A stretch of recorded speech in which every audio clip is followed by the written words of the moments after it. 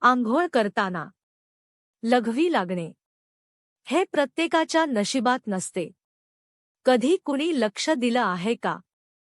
जसं तुम्ही आंघोळ करायला जाता तसंच अचानक लघवीचा दबाव वाढतो. आत्तापर्यंत काहीच वाटत नव्हतं असं वाटतं.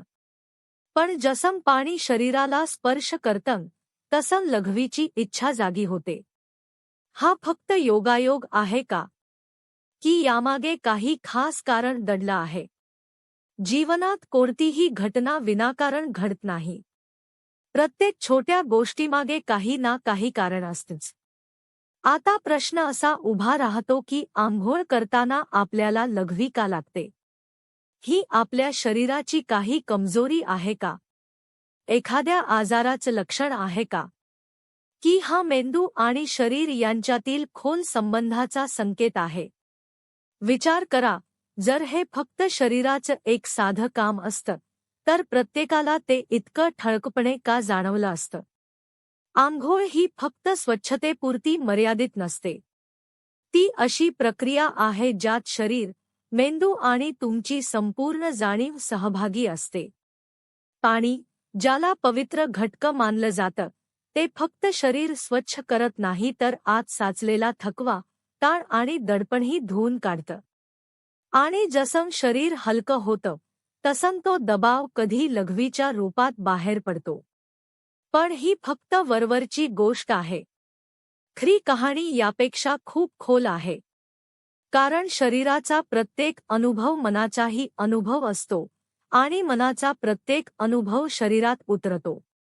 त्यामुळे आंघोळ ही फक्त जैविक प्रक्रिया नसते, ती मन आणि शरीर यांच्यातील संवाद असतो. विचार करा, जेव्हा पाणी तुमच्या शरीराला स्पर्श करतं तेव्हा काय होतं? त्वचेच्या प्रत्येक रोमछिद्रात हालचाल होते. मज्जासंस्था सक्रिय होते. थंड किंवा गरम पाण्याची जाणीव मेंदूला संकेत देते की शरीराला काहीतरी सोडण्याची गरज आहे आणि त्यातील एक मार्ग म्हणजे लघवी करणे असू शकतो. पण ही पूर्ण सत्यता नाही. जर हे फक्त थंड पाण्याचा परिणाम असता तर गरम पाण्याने आंघोळ करतानाही असं का होतं? जर हे फक्त मूत्राशयामुळे असतं तर आंघोळीपूर्वी का होत नाही? आणि पाणी लागताच अचानकच का होतं? जसं तुम्ही आंघोळ सुरू करता तसं शरीर लगेच विश्रांतीच्या अवस्थेत जातं. आणि जसं शरीर रिलॅक्स होतं तसं ते सर्वप्रथम दडपण सोडतं. हे दडपण कधी लघवीच्या रूपात दिसतं, कधी खोल श्वासांमध्ये, तर कधी थकव्याच्या जाणीवेत. माणूस तोपर्यंत ताणाखाली असतो जोपर्यंत तो स्वतःला सोडायला शिकत नाही. आंघोळ करणं, पाण्यात बुडणं, हे सगळं आपल्याला म्हणूनच सुखावं वाटतं, कारण ते आतला भार हलका करतं. आठवा, उन्हाळ्यात जेव्हा तुम्ही थंड पाण्याने आंघोळ करता तेव्हा पहिला शिडकावा संपूर्ण शरीराला एक झटका देतो.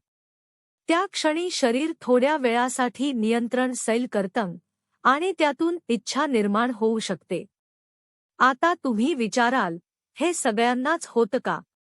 हो, जवळजवळ प्रत्येकाने कधीतरी हे अनुभवलं आहे.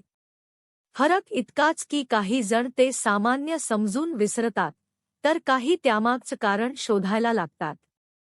कारण इथे एक नाजूक गोष्ट दडलेली आहे. पाणी आणि लघवी यांचा मूलभूत घटक एकच आहे. जेव्हा बाहेरचं पाणी शरीराला स्पर्श करतं, तेव्हा शरीरातील जलतत्वही प्रतिसाद देतं. हाच निसर्गाचा समतोल आहे. हा एक प्रकारचा अनुनाद आहे. शरीर आणि प्रकृती यांच्यातील नातं आरशासारखं असतं.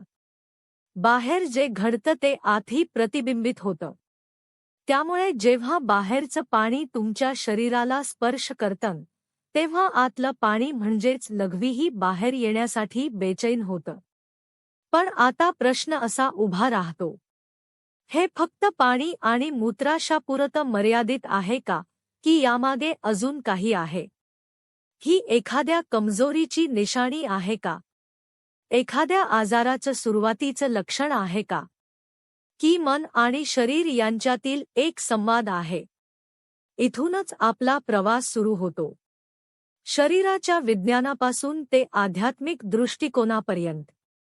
कारण जर आपण हे समजून फक्त सामान्य म्हणून दुर्लक्षित केलं तर जीवनाचा एक महत्त्वाचा संकेत आपण गमावू.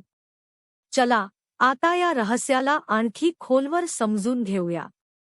प्रत्येक वेळी जेव्हा तुम्ही काही सोडता, काही मुक्त करता, तेव्हा ते तुम्हाला ओझ्यातून स्वातंत्र्य देतं. पण लक्षात ठेवा, हा प्रवास सोपा नाही.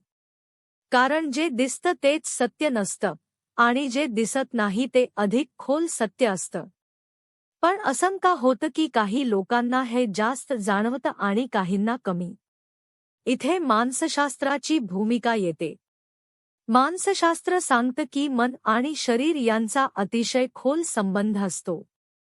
जसं मन रिलॅक्स होतं तसं शरीरही मुक्त होऊ इच्छितं. यालाच कॅथार्सिस म्हणतात. विचार करा, जेव्हा तुम्ही रडता तेव्हा कसं वाटतं? आधी जडपणा असतो, पण रडल्यानंतर हलका वाटतं. अगदी तसंच लघवी लागण्यामध्येही होतं. ही एक प्रकारची शुद्धीकरणाची प्रक्रिया आहे.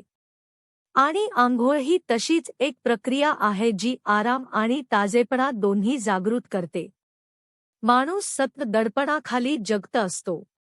ताण, इच्छा, भीती, राग, अपेक्षा हे सगळं आत साचलेलं असतं. जेव्हा तुम्ही आंघोळ करता तेव्हा पाणी फक्त शरीर धुत नाही तर दडपणही वितळवतं. आणि जसं दडपण कमी होतं तसं शरीरातून छोट्या छोट्या मुक्ततेचे संकेत बाहेर पडतात.